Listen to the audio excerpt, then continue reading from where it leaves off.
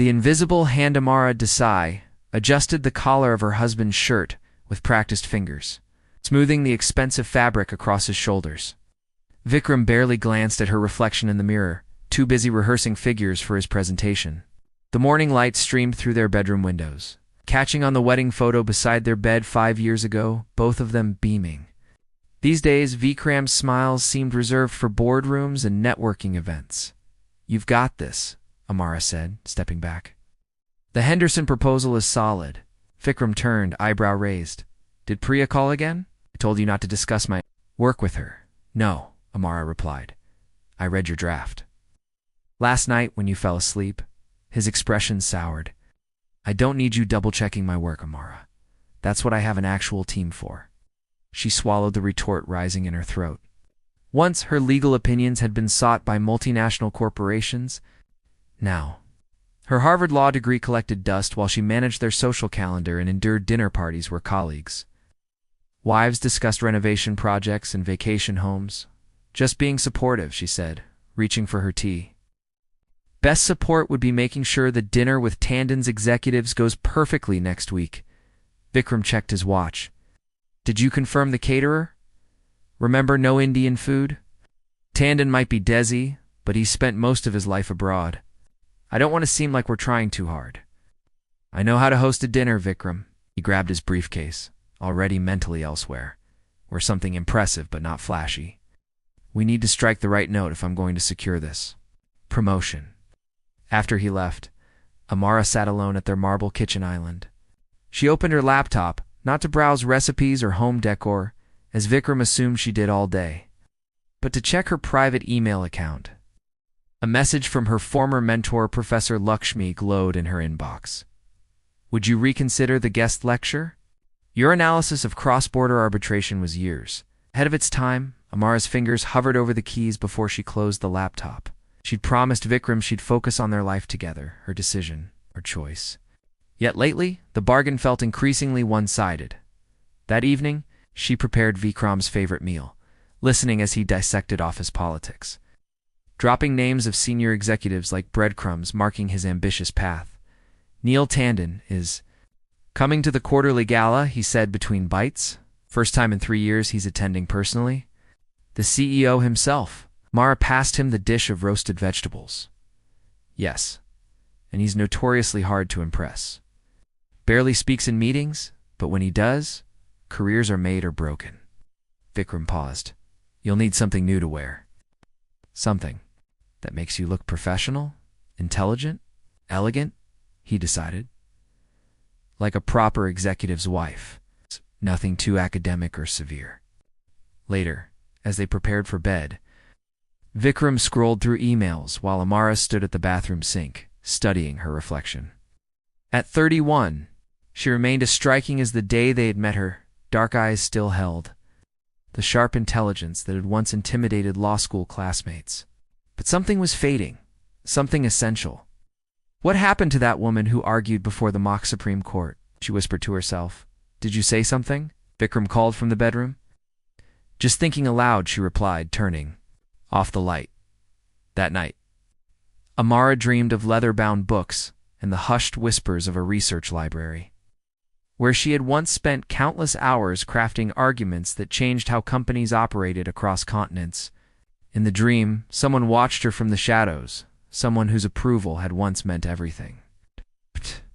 Before she'd chosen to step away from that world, she woke with a name on her lips she hadn't spoken in years: Neil. The Emperor's Court, the ballroom of the Grand Meridian Hotel, sparkled with crystal chandeliers and the polished ambitions of Axiom Enterprises' elite.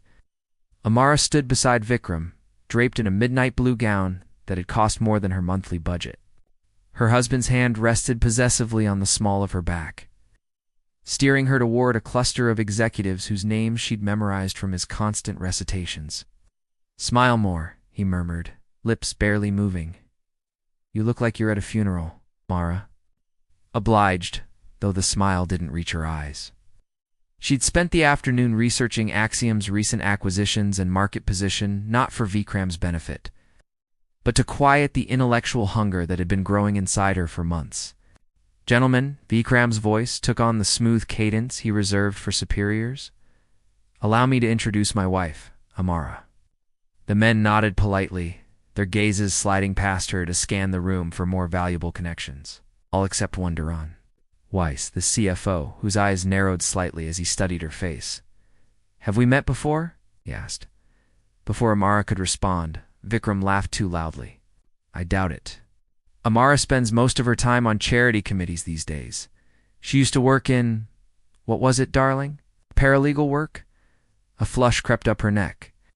I was an international arbitration specialist, actually. At Harrington and Ancient. History, Vikram cut in smoothly. She's much happier now, organizing our social life. Aren't you, love? The CFO's interest evaporated, and Amara felt herself once again fading into the background of her husband's narrative. As the evening progressed, she drifted toward the edge of the crowd, finding momentary refuge beside a display of corporate awards. Her fingers traced the engraved names of legal consultants who had contributed to Axiom's success names that in another life might have included her own. You always did prefer reading to small talk, came a quiet voice from behind. Her, Amara turned, and 5 years collapsed like a house of cards. Neil Tandon stood before her, as composed and understated as she remembered. Older now, silver threading through his temples, but his eyes remained the same perceptive, patient, seeing far more than he revealed. Neil, she breathed, the name, both familiar and forbidden on her tongue. It's been a long time, Amara. He spoke her name with a careful neutrality that nonetheless sent ripples through her carefully constructed composure. I didn't realize you'd be here tonight, she managed, aware of how inadequate the words were. Nor I you. His gaze traveled briefly to where Vikram was holding court with the board members. Though I should have connected the dots when I saw the name Desai on our executive roster. The unspoken question hung between them. How did you end up married to him? Before she could formulate a response that wouldn't sound like an apology or a regret, Vikram materialized at her side, his smile brittle with recognition and surprise. Mr. Tandon, what an honor! I see you've met my wife, actually, Neil replied, his voice soft but carrying. Amara and I are old acquaintances. Vikram's grip on her waist tightened. Is that so? She never mentioned knowing you. Some connections don't require constant mention to retain their significance, Neil said. His eyes never left Amara's face. Your wife was one of the most brilliant legal minds I've ever encountered. A ripple of whispers spread through the nearby guests. Vikram's smile froze, eyes darting between them with growing calculation. Amara? My Amara? He laughed, the sound hollow with disbelief. I think you must be mistaking her for someone else. There's no mistake, Neil replied. The Carvington International Trade Dispute, the multinational tax haven legislation, Singapore arbitration that saved 3 companies from collapse. He paused. Your wife's framework for ethical corporate governance is still taught at Harvard. Silence that followed was deafening. Amara could feel dozens of eyes upon her, including those of executives who had dismissed her all evening. Vikram's face had drained of color. You never told me, he said, voice low with accusation. You never asked, she replied simply. Later. As the gala reached its peak, Vikram maneuvered her toward a group of his colleagues, his fingers digging into her arm with barely concealed tension. His strategy had shifted. Now he wanted to showcase her. Leverage this unexpected connection. But the damage to his ego had been done. So it turns out my brilliant wife has been hiding her light under a bushel, he announced with forced joviality. Apparently she once drafted some paperwork with our illustrious CEO. It was rather more than paperwork, came Neil's voice as he approached the circle. He accepted a glass of champagne from a passing server, his movements deliberate. Amara's legal framework is the foundation upon which Axiom's entire ethical compliance system is built. Without it, we'd likely have faced federal indictment during the 2019 industry investigation. Vikram's smile grew strained. She never mentioned any of this, perhaps Neil suggested, his gaze steady on Amara, because true brilliance rarely announces itself. It simply waits to be recognized. He raised his glass. To the architects of integrity, both visible and invisible, as the toast echoed around them. Amara felt something long dormant stirring within her, not just the memory of her former power, but the realization that it had never truly left her. It had simply been waiting, like a seed in winter, for the right moment to bloom again. Forgotten Pages, the law library at Columbia University, had always been Amara's sanctuary. 7 years earlier, she sat surrounded by stacks of international trade journals, her fingers stained with highlighter ink, when a shadow fell across her. Notes. You're the only person I know who looks genuinely happy surrounded by maritime arbitration statutes, Neil Tandon said. Sliding into the chair opposite her, at 33, Neil was already a legend, the brilliant heir to the Tandon business empire who had surprised everyone by pursuing a PhD in international law before reluctantly returning to the corporate world. He'd been guest lecturing for Amara's advanced seminar while collaborating with the university on a global business ethics initiative. They're fascinating, Amara replied without irony. The Rotterdam rules create this beautiful intersection of ancient maritime principles and modern commerce. Instead of the polite disinterest she usually received when discussing her passion, Neil leaned forward. Have you considered how they might apply to digital goods transported across virtual borders? That question sparked a 6-hour discussion that spilled from the library to a nearby cafe, then to a walk through campus as evening fell. It was the beginning of a professional partnership that would reshape their lives, and though neither knew it then, the landscape of corporate governance. For 18 months, they worked side by side on what began as an academic paper and evolved into a revolutionary framework for ethical business practices across international boundaries. Late nights in the research center, arguments over coffee, breakthroughs scribbled on napkins, they built something remarkable together, their minds in perfect synchronicity even as they carefully maintained professional boundaries. We should publish this under your name, Neil told her one evening as they reviewed the final draft. You've done the heavy lifting. That's absurd, Amara countered. This was a true collaboration. He shook his head. I'm returning to Axiom next month. If my name is attached, people will assume it's a corporate product, not the independent framework it is. Then we publish anonymously, she insisted, both of us, or neither. They compromised with dual authorship, but Amara knew the true value of what they'd created.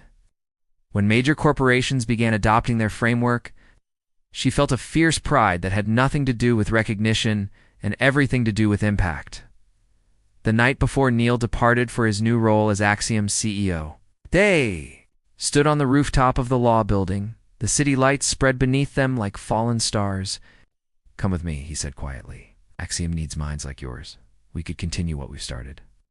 The air between them hummed with possibility, professional, and perhaps something more, something neither had allowed themselves to acknowledge during their intense collaboration. I can't, she replied. I've accepted the position at Harrington. I need to build my own path, not follow in your wake. He nodded, understanding in his eyes. You'll do remarkable things, Amara Patel. The world just doesn't know it yet. 3 months later, she met Vikram at a legal conference. He was charming, ambitious, and openly admiring of her. When he proposed after a whirlwind courtship, Amara saw a future of balance, meaningful work, and personal fulfillment. She never anticipated how quickly that vision would erode. First came the subtle suggestions. Perhaps she was working too hard. Perhaps they should focus on building their life together. Then the veiled criticism. Her dedication to pro bono cases was admirable but impractical. Her research interests too academic for real-world success. The breaking point came when she discovered she was pregnant. The joy was overwhelming but short-lived. At 4 months, she lost the baby. In her grief, Vikram offered what seemed like compassion. Maybe this is a sign, he suggested as she recovered. You've been pushing yourself too hard. Your body is telling you to slow down. When he proposed she'd take a sabbatical, it seemed reasonable. Temporary. But 1 year became 2, and somewhere along the way, her temporary pause calcified into a permanent withdrawal. Vikram's career flourished while hers faded from conversation. Then memory, until even she began to doubt the woman she had been. Now, standing in the glittering ballroom with Neil's recognition still hanging in the air. Those forgotten pages of her life suddenly felt vivid and present. The framework they'd created together had not only survived, but thrived, shaping the very company where her husband now sought advancement as the evening drew to a close. Neil approached her once more, this time with a business card held between two fingers. "We're establishing a new ethics division," he said simply. "The position of director remains unfilled." Vikram, hovering nearby, intercepted the card before Amara could reach for it. "My wife appreciates the sentiment," he said smoothly, "but she's quite content with her current arrangements." Neil's gaze never wavered from Amara's face. "The offer stands," he said. "Some talents are too valuable to remain unused." As they left the gala, the card burned in Vikram's pocket like a lit fuse. The silence between them stretched taut with unspoken reckonings. Ripples of truth, the drive home from the gala unfolded in glacial silence. Amara watched the city lights blur past the window, each one a distant star in a universe that suddenly seemed filled with new possibilities. Beside her, Vikram's knuckles whitened on the steering wheel, his jaw working silently as he processed the evening's revelations. When they finally entered their apartment, he tossed his keys onto the console table with unnecessary force. "Were you ever going to tell me?" he demanded, loosening his tie with sharp, angry movements. Amara slipped off her heels, buying time. "Tell you what exactly? Don't play games, Amara? That you personally know Neil Tandon? That you wrote some sort of legal Bible that my entire company follows? That apparently you were some kind of prodigy?"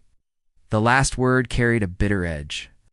"I told you I specialized in international arbitration when we met," she replied evenly. "You said it sounded tediously academic and changed the subject to your merger case. That's hardly the same as disclosing you had a personal relationship. With the CEO of Axiom, it wasn't a personal relationship. We were colleagues, collaborators." Vikram laughed harshly. "The way he looked at you didn't suggest colleagues. That's not fair." "What's not fair?" he countered, pacing the living room. "It's discovering my wife has been keeping secrets that could have advanced my career years ago. Do you have any idea how I look tonight? Everyone assuming I married you for connections. While I stood there like an idiot, completely blindsided, the accusation landed like a slap. Is that what bothers you? Not that you've spent years dismissing my intelligence or expertise, but that you missed an opportunity to use me more effectively?" Her words hung in the air between them, an uncomfortable truth neither had voiced before. Vikram sank onto the sofa, suddenly deflated. "Why did you give it up? Your career?" "If you were as brilliant as Tandon claims, I lost myself," Amara said quietly, the admission painful but necessary. "A little at a time. After the miscarriage, I was vulnerable. You suggested I needed rest, focus, time to heal. It made sense then. But temporary became permanent, and somewhere along the way, I started believing I was exactly what you described, decorative. Supportive, but not exceptional. I never said you didn't have to say it. You showed it in 1,000 small ways. Look into the window, looking out at the city. You remember when I tried to help with your Westridge case? You told me corporate law had moved on since my day, though I'd only been away from practice for 18 months. Vikram was silent for a long moment. I didn't want you to feel obligated to jump back in before you were ready. That wasn't your decision to make. He stood, approaching her cautiously. So what happens now? Tandon offers you some prestigious position, and you just walk away from our life? Our life, Amara repeated, testing the words. Is that what this is? Or is it your life, with me as an accessory? The question landed between them like a gauntlet. Vikram ran a hand through his hair, his expression conflicted. I never meant to make you feel that way, I thought. I thought this was what you wanted, because it was easier to believe that than to really see me. She turned to face him fully. I don't blame you entirely, Vikram. I allowed it, participated in my own erasure. And now? His voice held a note of genuine fear she hadn't heard before. Amara picked up her phone, scrolling to find the photo she sought their wedding day, both of them radiant with hope and promise. We decide if there's enough left between us to build something new, something equal. And if I say yes, he asked, a vulnerability in his eyes that reminded her of the man she'd once fallen in love with. Then we both have to change. I need to reclaim my voice, and you need to truly listen. Vikram nodded slowly, then reached into his pocket and withdrew Neil's business card. He placed it on the coffee table between them. You should call him. He said the words clearly difficult. Whatever you decide about us. Deserve to use your gifts again. As dawn broke over the city, they sat on opposite ends of the sofa, talking more honestly than they had in years about ambition and sacrifice, about the invisible power dynamics that had shaped their marriage, and about whether what remained between them was strong enough to survive the truth. Beyond reflections, 3 months after the gala, Amara stood before the glass doors of Axiom Enterprises, her reflection overlaid against the bustling lobby behind. She wore a tailored charcoal suit, professional, without being severe, confident. Without seeking attention, the woman who gazed back at her from the polished surface looked both familiar and new. Like a long-lost friend, finally returned. Ms. Desai, the receptionist approached with a smile. They're ready for you in the conference room. As she rode the elevator to the 32nd floor, Amara recalled the path that had led her here. The morning after the gala, she had called Neil not to accept his offer outright, but to negotiate her own terms. She would consult on the establishment of the ethics division, but only part-time. The rest of her hours would be devoted to rebuilding her independent practice, specializing in cases that aligned with her original passion. The doors opened to reveal Neil waiting in the corridor, his expression warming at the sight of her. Right on time, he said, extending his hand. The touch was brief, professional, but carried the weight of their shared history and mutual respect. I've never been one to keep people waiting, she replied with a small smile. Inside the conference room, 6 department heads sat around a gleaming table. Among them, in the chair nearest the door, sat Vikram. Their eyes met briefly, his gaze steady, a silent acknowledgement passing between them. As you know, Neil began, addressing the room, we're implementing a comprehensive restructuring of our compliance and ethics protocols. Amara Desai will be leading this initiative as our external consultant, working closely with our legal and operations teams. The meeting proceeded with the efficient rhythm of corporate procedure, but underneath ran currents of deeper change. When Amara presented her initial assessment, the executives listened with genuine attention, not as a courtesy to their CEO, but because her expertise commanded respect. Afterward, as the room cleared, Vikram lingered. That was impressive, he said, and she knew the compliment cost him something. They'll be implementing your recommendations by the end of the quarter. Thank you, she replied simply. They had decided, after weeks of painful honesty, to separate not with bitterness, but with the recognition that they had grown in fundamentally different directions. The apartment had been sold, the possessions divided, while they navigated a new terrain of cautious collegiality. How's the new place? He asked, gathering his notes. Still full of boxes, but it feels right. She paused. How about you?